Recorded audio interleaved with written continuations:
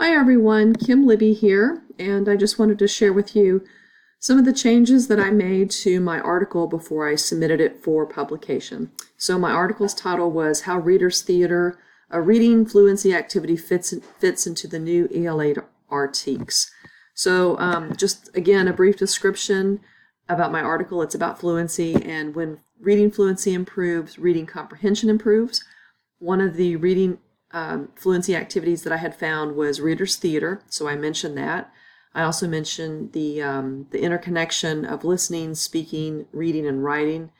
That's part of the new ELA RTEKS, and also I mentioned that Reader's Theater benefits all students, whether they are struggling students or whether they are students that are on target or students that are above grade level. It benefits all students.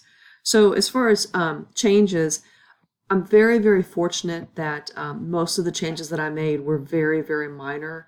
I proofread my article like crazy, so I was hoping that there wouldn't be a lot of grammatical error type things or English language usage error. So I feel like I benefited from that. But as far as the changes I made, the first change I made was the title.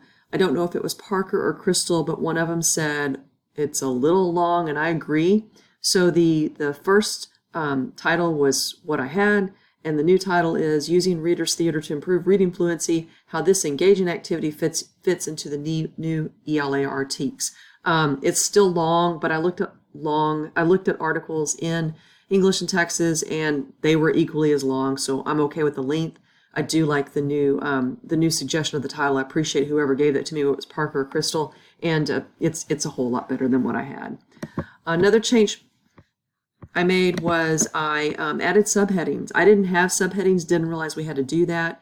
It made so much difference. It just, like Dr. Tovar Hilbert mentioned, it chunked it up. It broke up the article. It made it a whole lot easier to read. So thank you for that suggestion. I appreciate that.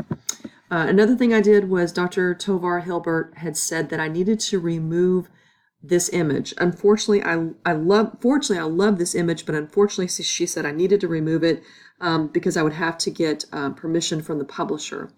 I have been emailing Dr. Timothy Rosinski, and I know that he would not have any problems with me using this, but he was not the publisher of the book, and I didn't know if I had time to be able to get permission. So I removed that.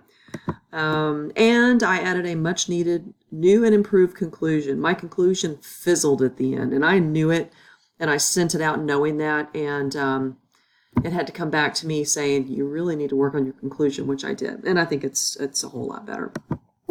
I submitted my article to English in Texas, which is a journal of the TELA.